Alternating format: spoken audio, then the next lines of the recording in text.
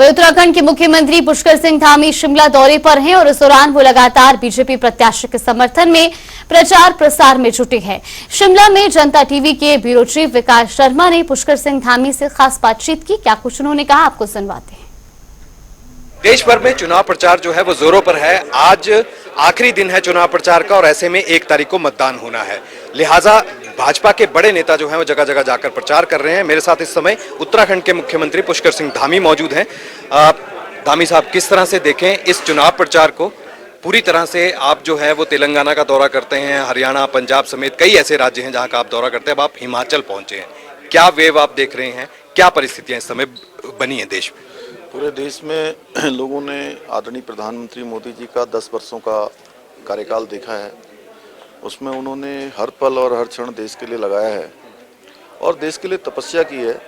उस तपस्या का फल देश दे रहा है और हर वर्ग आज आदरणीय मोदी जी को तीसरी बार प्रधानमंत्री बनाने के लिए अपना योगदान कर रहा है। महातंत्र के इस लोकतंत्र के महायज्ञ में अपनी भूमिका निभा रहा है और एक ही वेव चल रही है, मोदी जी की वेव है, भारतीय जनता पार्टी की वेव है। विपक्ष कई तरह के आरोप लगा रहा है। देखिए, इंडिया गठबंधन है, उसमें कई ऐसे पार्टियां हैं जो रीजनल पार्टीज भी हैं और कई पार्टीज हैं, लगातार आरोप लगा रहे हैं कि प्रधानमंत्री जब भी ये चुनाव जो प्रचार जब खत्म होता है तो ध्यान लगाने का एक ड्रामा जो है वो इस तरह की संज्ञा उसे देते हैं, कहते हैं कि ड्रामा कर रहे हैं।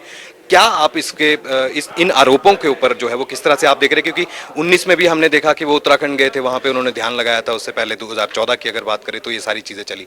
आज के माहौल को देखिए, आदरणीय प्रधानमंत्री जी बहुत बड़े आध्यात्मिक व्यक्तित्व हैं और अध्यात्म को पूरी दुनिया के अंदर ले जाने का काम उनके कालखंड में हुआ है।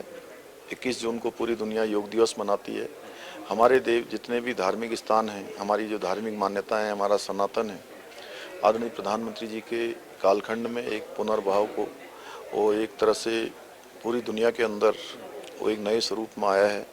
चाहे वो काशी के अंदर भव्य काशी कॉरिडोर बनाया गया हो, महाकाल उज्जैन में महाकाल लोक बनाया गया हो, या उत्तराखंड देवभूमि में हमारे यहाँ केदारनाथ, बद्रीनाथ, हेमकुंड साहब, 4 धाम, ये सारे के सारे तेजी से नव निर्माण और पुनर्निर्माण की ओर बढ़े हैं।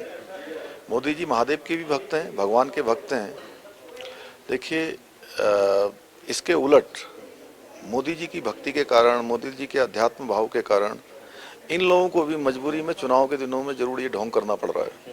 लेकिन इसके साथ ही अब आज 400 पार का नारा की अगर हम बात कर रहे हैं तो क्या लग रहा है आपको? 6 चरण बीत चुके हैं, आखिरी चरण चल रहा है, क्या 400 पार बीजेपी हो पाएगी?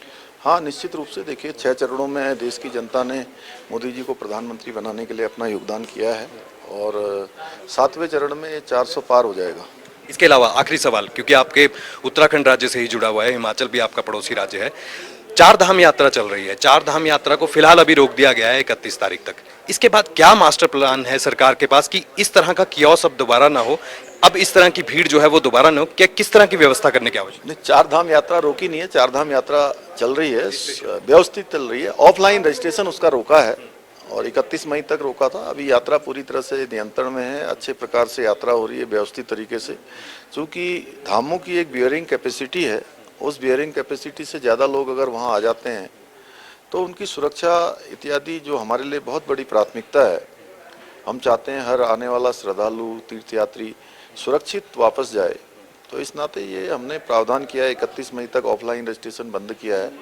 आगे जिस प्रकार से धामों की कैपेसिटी के अनुरूप जो है लोगों को भेजने की व्यवस्था होगी वो भेजेंगे और यात्रा प्राधिकरण हम बना रहे हैं जो पूरी यात्रा की ठीक प्रकार से यात्रा चल रही है। पार्किंग की ठीक व्यवस्था हो, होल्डिंग स्थान ठीक प्रकार से बने, पेयजल की व्यवस्था, आवास की व्यवस्थाएं, आवागमन की व्यवस्थाएं, सभी व्यवस्थाएं ठीक प्रकार से सुनिश्चित हों, वो काम हम कर रहे हैं। क्योंकि यात्रा हमारे राज्य के लिए लाइफलाइन है और इससे राज्य की आर्थिकी भी चलती है, लोगों का रोजगार भी चलता है और फिर देश दुनिया के लोग 4 धामों में आना चाहते हैं, हमारे देव दर्शन के लिए आना चाहते हैं, तो हम पूरा आतिथ्य भाव से, अतिथि देव भाव की तर्ज पर उन सबका आपने कल भी करना चाहते हैं। आपने कल कहा कि कुमाऊं के भी कुछ इलाके हैं जहां पर यात्राएं होती हैं, या उसके भी अलावा कई ऐसी यात्राएं होती हैं, वहां पर भी कोई व्यवस्था जो है वो ऐसी करनी पड़े जिससे कोई दिक्कत जो है वो यात्रियों को ना?